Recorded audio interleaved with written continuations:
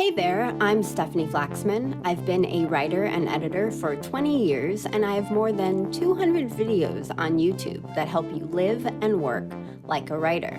That is a lot of videos, so let me curate my best advice for you. You can sign up for free exclusive updates at stefanieflaxman.com. I'll send you my top tips for new writers, plus other advice that works best in email rather than audio or video. It would be my pleasure to meet you at your inbox as your new writer consultant. Ready to join the club? Go to stefanieflaxman.com to sign up for free.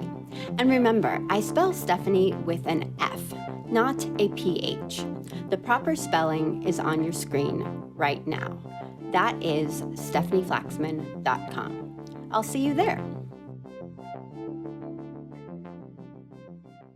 The difference between unavoidable mistakes and avoidable mistakes is important to note when you want to overcome perfectionism. Unavoidable mistakes include the occasional typo or inaccurate fact, such as slightly outdated data. They're things that inevitably might go wrong in your writing, but overall, it looks like you have high publishing standards and your readers can tell you give a shrimp. Avoidable mistakes, however, look like you didn't take the time to get it right. They're errors you could have avoided if you were careful. You knew better, but you cut corners rather than making sure you gave your readers the best experience possible. You can reduce the number of avoidable mistakes you make by slowing down, pausing before publishing, and reviewing your writing to ensure you didn't accidentally make an avoidable goof. And if you did, you can fix it before you publish your content. Let's look at 10 of the most common writing mistakes I see. If you learn the correct versions now, you'll increase your chances of getting them right in the future. Number 1, compliment versus compliment. Compliment with an I, the noun version, is an expression of praise. When you compliment someone, you praise something about her. Compliment can be a verb as well. Here's an example. I like your Integrity Publishing bumper sticker. The word compliment, spelled with the letter I, should remind you of saying I like, how you begin a compliment. So compliment with an I is either a noun or a verb, an expression of praise either in the form of a noun or in the form of a verb. Compliment with an E, however, can also be a noun and a verb. So a compliment is something that completes something else. When something complements something else as a verb, it makes it whole, it adds value to it, it completes it. Complete, spelled with the letter E, is part of the word complement. Number 2, premiere versus premiere. Sounds exactly the same. The first version has the letter E on the end of it. It's a noun, and it's the first showing of an event. Premiere, as other parts of speech, conveys a similar meaning. Premiere could describe a movie premiere. The word premiere and movie both end with the letter E. So that's how you remember the first showing of an event is premiere with the letter E. It's like a movie premiere, but premiere without the letter E. You use the adjective premiere to describe the best blank. It's like the number one, the best. Premiere means premium, and neither word ends with the letter E. Premier, the noun version, is less common. The term describes a person who is first in rank. For example, a premier may be a chief executive officer or president of a company. Number 3, effect versus effect. Effect with an E, the noun effect, refers to an outcome or result. If you associate special effects in movies with effects, you'll remember that effect should be used as the noun to describe an outcome.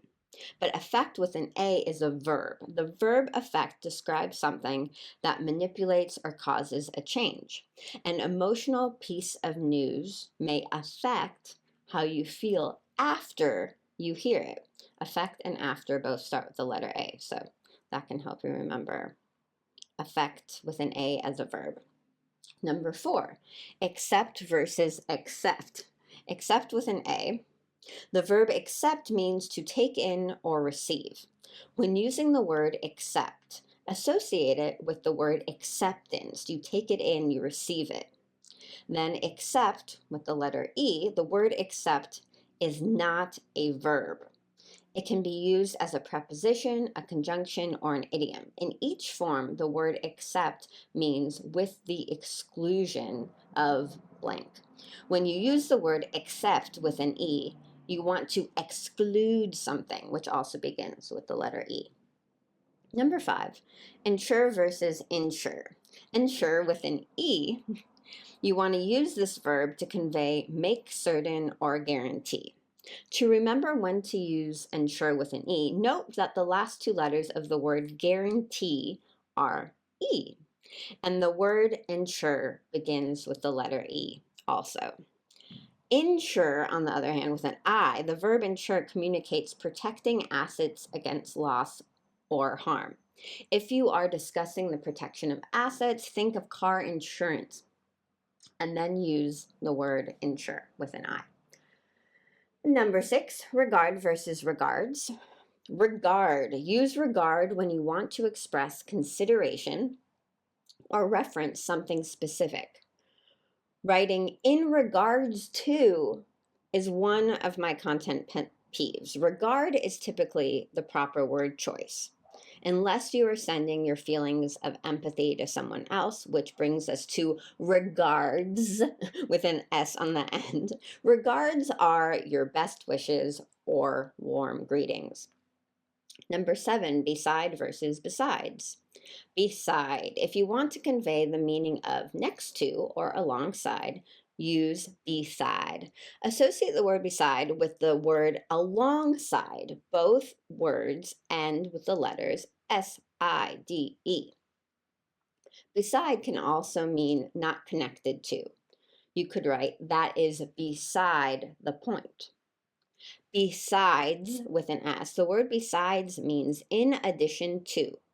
Besides ends with the letter S, which reminds us of a plural word, 2 or more of something, additional items. Besides can also mean other than or except. Associate the S sound in the word except with the word besides, which ends with the letter S. Number 8, stationary versus stationary. Stationary with an E is always a noun. It's typically decorative paper and ornate pens, things that writers like. You might use it to jot down one of your favorite quotes. Associate the noun stationary with paper. The last 3 letters of the noun stationary contain the letters ER. The word paper also ends with the letters ER. Stationary, on the other hand, with an A, stationary means still, grounded, or motionless. It can be used as a noun or an adjective. Since the word stationary can also be used as an adjective, associate the A in the word adjective with the letter A in the last 3 letters in the adjective stationary. Number 9, proceed versus proceed. Precede means to go before. It is a verb. Star Wars Episode 1, The Phantom Menace, made in 1999, was a prequel to the original Star Wars film from 1977. The events that took place during the prequel came before or preceded Star Wars. Proceed is also a verb, but it means carry on, continue, move forward. Think of proceed as proactive, taking the next step in a sequence. Proceed is before and proceed is after. And finally, number 10, whose versus whose. Whose with an apostrophe S. It's a contraction of two words, most commonly who is, which would be present tense, or who has, or who was, which are both past tense.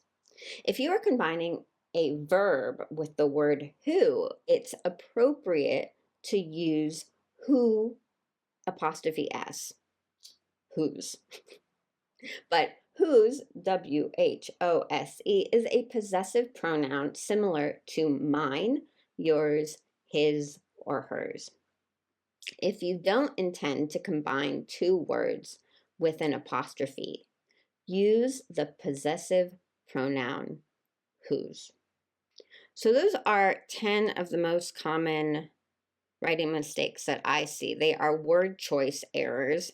Are there any that you see that I missed? What are the most common writing mistakes that you see? Let me know in the comments below, and then go save the internet.